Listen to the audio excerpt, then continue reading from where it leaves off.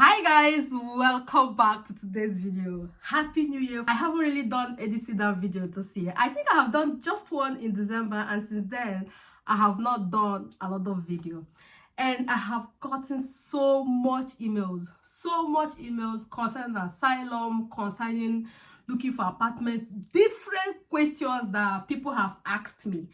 And I'll tell you the truth. The reason why I stopped making asylum videos is the fact that asylum is practically not working right now in Germany.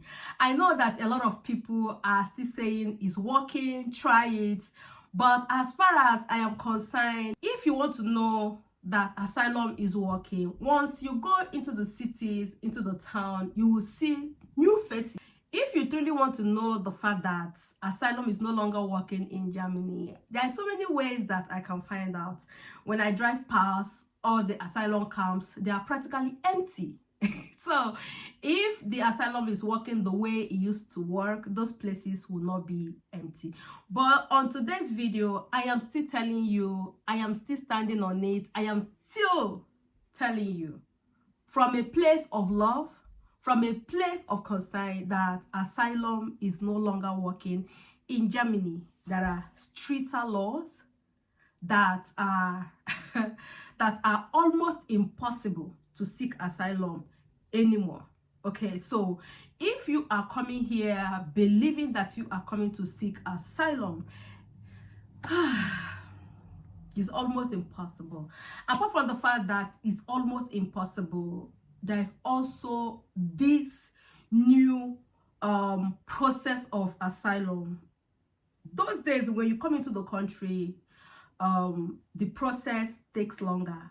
Okay, before the process even starts, some people will go ahead and fix themselves somewhere. Some will find a school, some will find hospital to make, some will learn the language, some will start working, you know. And these are the things that delayed the process those days, or helped the process those days. But it's no longer like that today.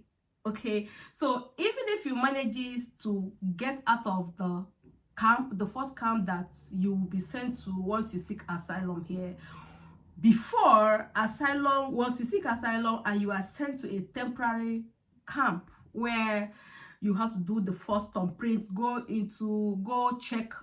do some checkup, medical checkups and stuff like that, and then you are sent to what was known as those days as living house. Then this living house, you are allowed to cook. In this first camp, you are not permitted to cook on your own. Food are being cooked somewhere, brought into the camp and served everybody. Okay. And you are not given, you are given one like weekly allowance of 38 euro, 30 euro. Of course, you are feeding from the camp, so you don't need to buy little things you can buy. And sometimes you practically don't need anything, because in those camps they also provide clothes, they provide accommodation, they provide feedings, they provide toiletries. So you practically don't really need to buy anything. And you're not also permitted to leave the camp and go for a there is some camp that you're not even able to leave the premises, and there are some camp that when you leave for a few hours and then you are supposed to get back to the camp. Now, that is not just the disadvantages. Now, the fact that everything now takes place, all the interviews now take place in the camp before you are able to. So people are spending 1 year, 2 years, 3 years in this first camp. Okay, so before they will send you to another camp where you go to, then you get a monthly allowance of I don't know how much is being paid now.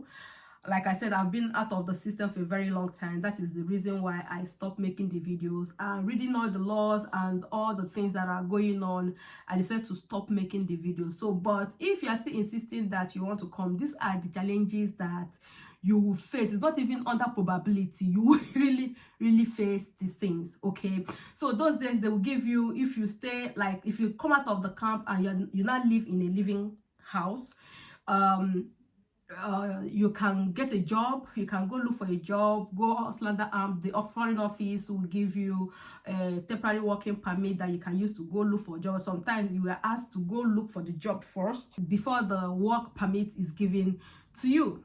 So now you are working, or you are working and going to school, and things like this can really help the process those days. But now people don't have that opportunity anymore. They don't have that opportunity anymore.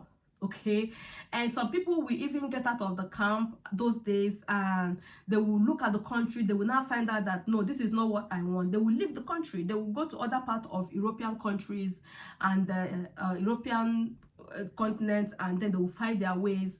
Or some of them will decide, no, I don't want to stay, it's taking a lot of time, I want to go back. Okay, so and sometimes you are also able to communicate with other people, other families, to find out how best to go through your process, to get a lawyer, get advice. You know, those things are no longer available. The process is now very, very strict. There are those who have sought asylum, who came into the country, went into the asylum camp, that particular first asylum camp. They were not even able to have like the second or the third interview. The first interview, where you are given, you are interviewed like, where are you coming from, who are you, and all that. That introductory aspect of the interview. Some people did not even pass that level before they are deported back to their countries. Okay, and gone are those days that once you're living in a living house, you can start running from deportation. You can start avoiding deportation. You can stop sleeping inside your camp or looking for a way to like stay safe, okay, from deportation. But these days, if you live in the camp, you're not allowed to leave the camp. It doesn't take them anything, it doesn't take the government anything to deport you. It doesn't take practically nothing to deport you. So the rules are very, very strict now. So even if you are here in the camp, it's like waiting forever. Even if the process is not as fast as I have explained in this video, you are in the camp, this temporary camp, for 2-3 years. It's like you don't even know your left from your right. You don't know where you're heading to. You don't know how long your journey is going to take.